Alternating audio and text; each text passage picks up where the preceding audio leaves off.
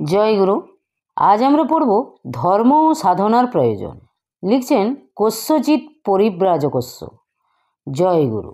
এই দৃশ্যমান জগতের উচ্চ শ্রেণীর জীব মানুষ হইতে অতি নিম্ন শ্রেণীর জীব কীট পতঙ্গাদি পর্যন্ত সকলেই সুখের জন্য অহোরাত্র লালায়িত, সুখের জন্য প্রতিক্ষণ ব্যস্ত। তাহাদের স্বভাব গতি ও ব্যবহার দেখিলে বুঝিতে পারা যায় সুখের আশা সকলেই করে, কিন্তু সুখী কে? অনুসন্ধান করিলে দেখিবে পৃথিবীর একচ্ছত্রাধিপতি সম্রাট হইতে কুটিরবাসী ভিখারি পর্যন্ত সকলেই আশা আকাঙ্ক্ষা তীব্র দংশনে নিয়ত অস্থির। ধন জন বল, খ্যাতি প্রতিপত্তি বল, রূপৈশ্বর্য বল, কিছুতেই মানুষ তৃপ্ত থাকিতে পারে না। আকাঙ্ক্ষা রাক্ষসীর হস্ত হইতে কাহারও নিস্তার নাই। দিল্লির প্রবল প্রতাপান্বিত সম্রাটগণ চন্দ্রিকাশালিনী বসন্ত যামিনীর মধ্যভাগে যুথিকা শয্যায় শয়ন করিয়াও সুখী হইতে পারেন নাই। এ সংসারে কাহারও আশা পুরে না, স্বাদ মিটে না। কেহ এক বিষয়ে সুখী হইলে অন্যান্য 5 বিষয়ে নিরন্তর মনকষ্টে কালযাপন করিতেছে। তবে সুখ কোথায়? সুখী কে? ইন্দ্রিয় জ্ঞানের স্বভাব নিয়মিত স্ফূর্তি, তৃপ্তি ও সামঞ্জস্য। ইন্দ্রিয় আত্মার শক্তি বিশেষ। তাহা হইলে বলা যাইতে পারে যে আত্মশক্তি জ্ঞানের স্ফূর্তি, তৃপ্তি ও সামঞ্জস্যই সুখ। ধর্ম সেই সুখের উপায়। ধর্ম সাধনার দ্বারা ইন্দ্রিয় শক্তির সম্যক স্ফূর্তি, তৃপ্তি ও সামঞ্জস্য সাধিত হয়। সুতরাং ধর্ম কি, প্রথমত তাহা বিশেষ রূপে বুঝিতে হইবে। ধ্রিয়তে ধর্ম ইত্যাহু, ধারণ করে বলিয়া ইহার নাম ধর্ম। পুণ্য কি, পাপ কি, জ্ঞান কি, অজ্ঞান কি, সুন্দর কি, কুৎসিত কি, এক কথায় ভালো কি, মন্দ কি, যাহা ধারণ করে তাহাই ধর্ম। লোকত্রয়ী যাহাতে ধৃত বা নিহিত তাহাকেই ধর্ম বলে, অথবা লোক সকল যাহাকে ধারণ করিয়া আছে তাহাই ধর্ম। কেবল লোক সকল বলিয়া নয়, মহাদাদি অনু পর্যন্ত ভুবনত্রয়ে যাহা কিছুর সম্ভাবনা আছে তৎসমস্তই ধর্মের দ্বারা ধৃত, রক্ষিত ও পরিচালিত। ধর্মই জগৎযন্ত্রের যন্ত্রী, ধর্মই সুখের স্বরূপ। ধর্মের জন্যই জাগতিক পদার্থের আকুল আকাঙ্ক্ষার ব্যর্থ ছুটাছুটি। দেবতা, মনুষ্য, পশু, পক্ষী, কীট পতঙ্গ, উদ্ভিদ ও জড়পিণ্ড প্রভৃতি ত্রিলোকস্থ যাবতীয় পদার্থেরই ধর্ম সাধনার আবশ্যকতা আছে। তবে মানুষের ধর্মজ্ঞান আছে, ধর্ম আছে, আর পশু পক্ষী কীট পতঙ্গ বা উদ্ভিদাদির ধর্ম আছে, কিন্তু ধর্মজ্ঞান নাই। ধর্মজ্ঞান আছে বলিয়াই মানুষ জীব সৃষ্টির চরম উন্নতি ধর্ম সাধনার উপযুক্ত ক্ষেত্র। তাই মানুষ জন্ম জন্মান্তরের অনুশীলন বলে ধর্মজ্ঞানের সমুন্নত হয় ও সাধন পথে অগ্রসর হইয়া পড়ে। অন্যান্য জীবে তাহা পারে না, কিন্তু তাহারাও ধর্ম দ্বারা চালিত ও রক্ষিত। মানুষ এ বিষয়ে অধিকাংশে স্বাধীন, ইতর জীব প্রকৃতির অধীন। হারবার্ট স্পেন্সার প্রমুখ পাশ্চাত্য পণ্ডিতগণও স্বীকার করিয়াছেন যে কম বিবর্তনবাদে এক বিন্দু বালুকাকণা মহীধরে পরিণত হয়। কথাটা সত্য। বালুকণার যে ধর্ম আছে সেই ধর্মই তাহাকে ক্রমে ক্রমে মহীধরে পরিণত করিবে, কিন্তু ওই বালুকাকণার ক্রমোন্নতি প্রকৃতির ধর্মে সম্পাদিত হয়। আর মানুষের ধর্মজ্ঞান থাকায় সেই ইচ্ছা করিলে উন্নতির চরম সীমায় উপনীত হইতে পারে। আবার মানুষ হইলেই যে তাহার ধর্মজ্ঞান আছে ইহা সর্বত্র স্বীকার করিতে পারা যায় না। পাহাড় বা বন জঙ্গলেও অনেক অসভ্য দেশে আজিও এমন মানুষ আছে যে তাহারা ধর্ম কি জানে না, বা কোনো প্রকারেই ধর্মের সাধন কি অনুশীলন করে না। এমনকি সভ্য সমাজে জন্মিয়াও অনেক মানুষ ধর্মের দিক দিয়া ঘেঁষে না। শিথিল চর্ম পক্ক কেশধারী বৃদ্ধ আত্মসুখে রত থাকিয়া জীবনের গুণাদিন কয়টা কাটাইয়া দেয়, কিন্তু তাহা হইলেও তাহাদের ধর্ম আছে। তবে ধর্মজ্ঞান নাই। ধর্মজ্ঞান থাক আর নাই থাক, ইহা স্বীকার করিতে হইবে যে তুচ্ছ বালুকাকণা হইতে পশু পক্ষী এমনকি দেবতাদের পর্যন্ত ধর্ম আছে, এবং সেই ধর্মই সকলকে ধারণ করিয়া আছে। ক্রম বিবর্তনবাদে উন্নতির পথে টানিয়া লইতেছে।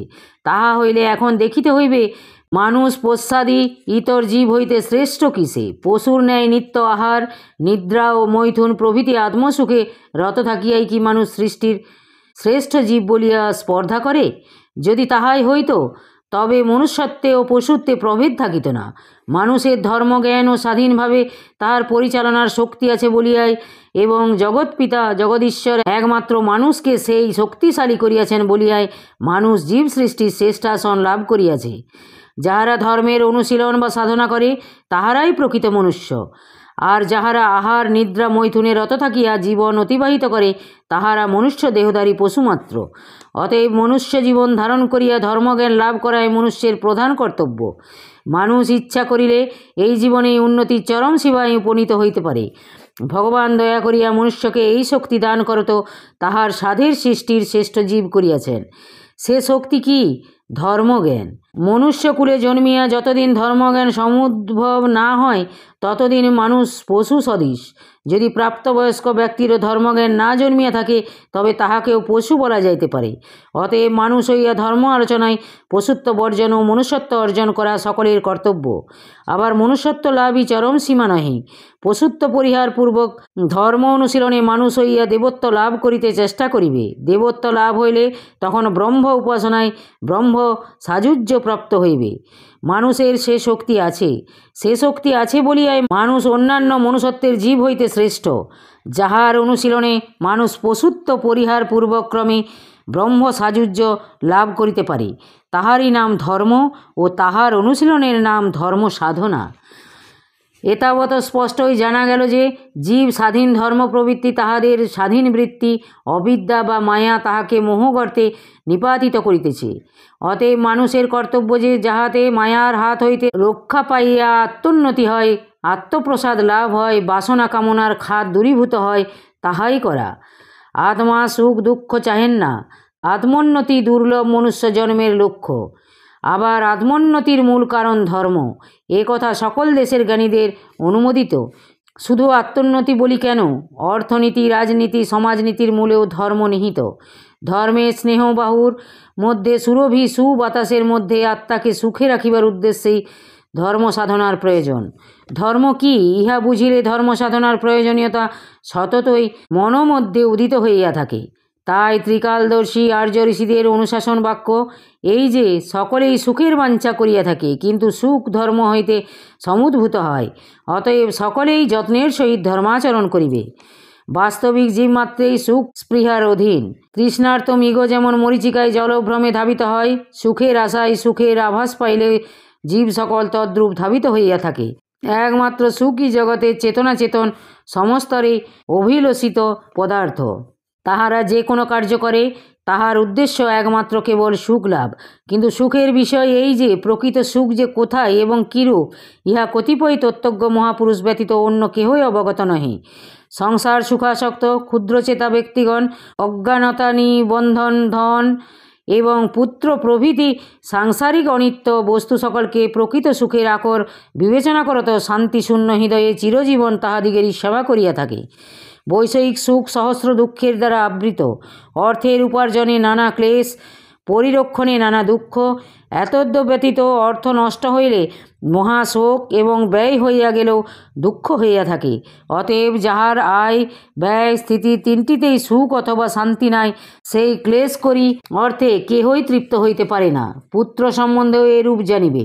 সংসারে এক বিষয়ে সুখ থাকিলেও মানুষ অন্যান্য 5 বিষয়ে নিরন্তর দুঃখ ভোগ করিতেছে। আবার সর্ববিধ পার্থিব অভীষ্ট সিদ্ধির সফলতাতেও মানুষের প্রকৃত সুখ লাভ ঘটে না, কারণ সংসারের সকলই ক্ষণভঙ্গুর। যে রাজ্যে নিবৃত্তিকে পশ্চাতে রাখিয়া উৎপত্তি দর্শন দেয়, যে দেশে মৃত্যুকে সঙ্গে করিয়া জন্ম আগমন করে, যে পরিবর্তনশীল জগতে মরিবার জন্যই জন্ম হইয়া থাকে, সে দেশের সুখও যে দুঃখের আকারে পরিণত হইবে তাহাতে আর বিচিত্র কি? ফল কথা, সাংসারিক সুখ পরিণাম দুঃখের প্রসূতি, ইহাতে স্থায়ী সুখ হইতে পারে না। জীব নিরবিচ্ছিন্ন সুখ চাহে, দুঃখের আত্যন্তিকই নিবৃত্তি করত। পূর্ণ সুখের আশা করিয়া থাকে, কিন্তু মানবীয় উপায় দ্বারা সুখের আত্যন্তিকই নিবৃত্তি হয় না। একমাত্র ধর্মাচরণে স্থায়ী সুখ লাভ হয়। ধর্মাচরণে ইন্দ্রিয় শক্তির সম্যক স্ফূর্তি, তৃপ্তি ও সামঞ্জস্য স্থাপিত করিয়া তখন সর্ববিধ জগতের বাহ্য অন্তর বৌদ্ধ ও আধ্যাত্ম যথার্থ তত্ত্ব আত্মায় উপলব্ধি করাইলে সুখ লাভ হয়। সে সুখ স্থায়ী, তাহাতে আনন্দ উচ্ছ্বাসের মৃদু মধুর লীলালহরী আছে। লেলিহান আকাঙ্ক্ষার লকলক জিহা প্রসার ও অনলময়ী ঝটিকা নাই। আবার ইহলোকের কথা ছাড়িয়া দিলে সেই পরলোকের পথে ধন জন বল, স্ত্রী পুত্র বন্ধু বান্ধব বল, কেহই সাথের সাথী হইবে না। তখন একমাত্র ধর্মই সঙ্গে যাইবে। অতএব ধর্মের মতো বন্ধু আর কে আছে?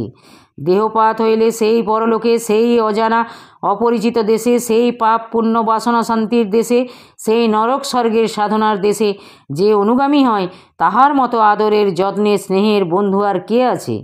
ধর্মের প্রয়োজন এখন সকলেই বুঝিতে পারিয়াছেন।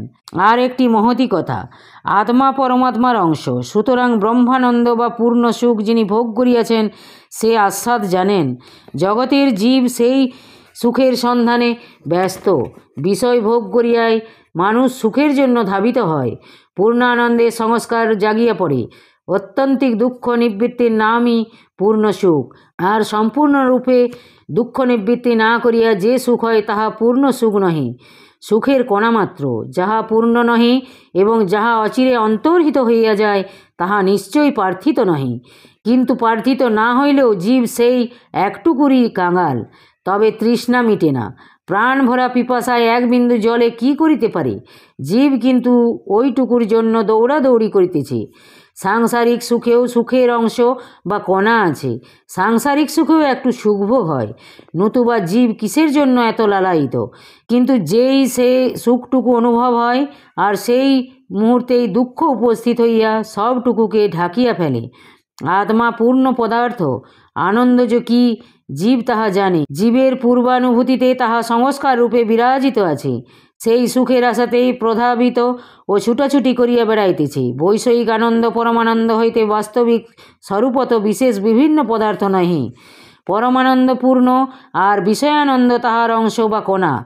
অল্পত্ব মহত্ব ব্যতীত তাহার আর কোনো প্রভেদ নাই।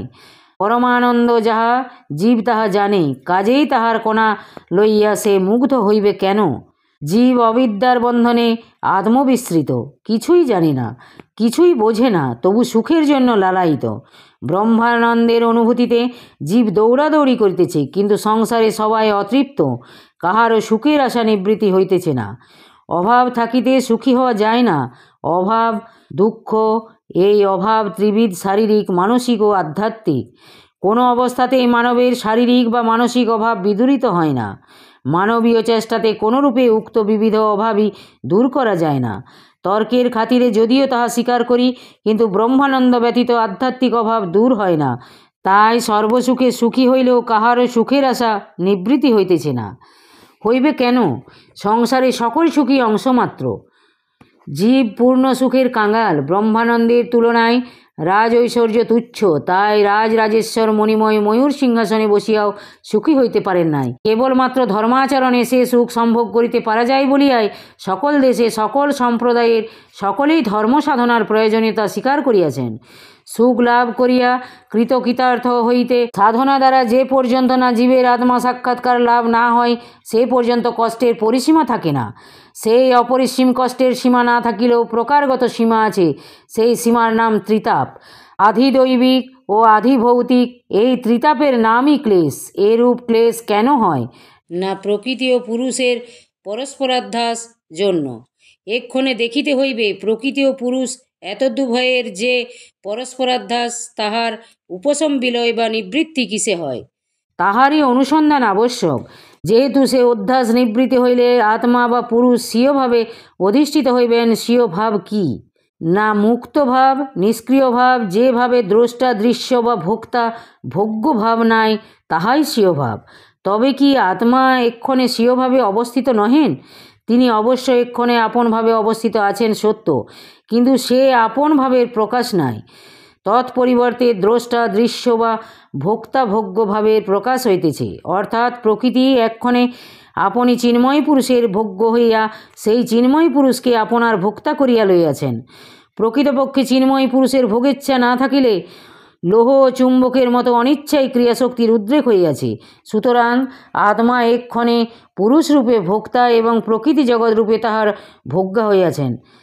সেই ভোক্তা ভোগ্য ভাবের অপসারণ বা নিবৃত্তি করিতে হইবে। এক্ষণে দেখিতে হইবে যে কি উপায়ে সে নিবৃত্তির উদ্ভাবন করিতে পারা যায়। সে নিবৃত্তির উপায় ধর্মাচরণ। ধর্মাচরণে সত্য শুদ্ধ হইলে বিষয় বাসনা হইতে সমস্ত ইন্দ্রিয়গণকে সংযত করত নিঃসঙ্গ হইয়া নির্লিপ্তভাবে সুষুপ্তির ন্যায় অবস্থিতি করিবে। এই রূপ অভ্যাস নিয়ত করিলে সে পুরুষের সম্মুখে প্রকৃতি দেবী মায়াজাল বিস্তার করে না এবং লজ্জাবনতমুখী হইয়া পলায়ন করেন, অর্থাৎ সেই পুরুষের প্রকৃতি লয়প্রাপ্ত হয়েন। প্রকৃতি লয়প্রাপ্ত হইলে সেই পুরুষ আর পুরুষপদবাচ্য হন না, তখন কেবল আত্মা নামে সৎস্বরূপে অবস্থিতি করিয়া ব্রহ্মানন্দ উপভোগ করেন। এই সৎস্বরূপে অবস্থিতি করিয়া ব্রহ্মানন্দ উপভোগ করিবার জন্য ধর্ম ও সাধনার প্রয়োজন। শিশু সন্তানের পক্ষে তাহার মাতৃস্তন্য যে রূপ সাধনার দ্বারা যে অমৃত পান করা যায়, আত্মার পক্ষে তাহাও ঠিক সেই প্রকার। সাধনার দ্বারা আমাদিগের আত্মা প্রকাশ অধিকতর দৃঢ় ও বলিষ্ঠ হইয়া উঠে এবং অসংখ্য প্রকার বাধাবিঘ্ন অতিক্রম করিয়া উন্নতির পথে যাইতে সমর্থ হন। উন্নতি পথে অগ্রসর হইতে হইলে আত্মার যাহা কিছু প্রয়োজন হয়, সাধনার দ্বারা অতি সহজে সেই সমস্তই লাভ করা যায়। আত্মরূপ অরণি কষ্টে সর্বদা ধ্যানরূপ মন্থন ক্রিয়া করিলে জ্ঞানরূপ অগ্নি উদিত হইয়া সমস্ত অজ্ঞান রূপ কাষ্ঠকে দগ্ধ করে। এতদ্ব্যতীত সাধনা দ্বারা মানবের চিত্ত যে প্রকার নির্মল ভাব ধারণ করে, সেরূপ আর কিছুতেই হয় না। মনুষ্যের মধ্যে যাহা চিত্তশুদ্ধি হইয়াছে, যাহার ইন্দ্রিয়গণের সম্যক স্ফূর্তি ও সামঞ্জস্য সাধিত হইয়াছে, যিনি অবিকল সমগ্রাবয় সমৃদ্ধ উপভোগ উপকরণ যুক্ত মনুষ্য লোকে তিনিই সুখী। কেবল একমাত্র ধর্ম সাধনায় এরূপ অবস্থা লাভ করিয়া সুখ সম্যক করিতে পারা যায়। তাই আজি জগতের সমস্ত সম্প্রদায়, সমস্ত মনীষী সমুদায় ধর্মযাজক আপন আপন ধর্ম কাহিনীর শান্ত মধুর প্রজ্জ্বল ব্যাখ্যা করিয়া মানব হৃদয় পরিতৃপ্ত করিতেছেন। সংসারে মনুষ্যের প্রাণ ও অনন্ত তৃষ্ণাময়ী হৃদয় বৃত্তি বুঝি ধর্ম ব্যাখ্যার পরম পবিত্রতার লইয়াই নিশিদিন ব্যস্ত। অতএব যদি মরজগতে অমরত্ব লাভ ও মানব জীবনের পূর্ণত্ব সাধন করিয়া যথার্থ সুখী হইতে চাহেন, তবে ধর্ম ও তাহার সাধনা অবশ্য করিতে হইবে। নতুবা সংসারে সুখ অন্বেষণ করা কেবল মরীচিকায় জল অন্বেষণ করার ন্যায় বৃথা, যেন সকলের স্মরণ থাকে। জয় গুরু, জয় গুরু। আজ এই পর্যন্তই। যদি আপনাদের ভালো লেগে থাকে চ্যানেলটিকে সাবস্ক্রাইব করে সাথে থাকবেন। জয় গুরু, জয় গুরু।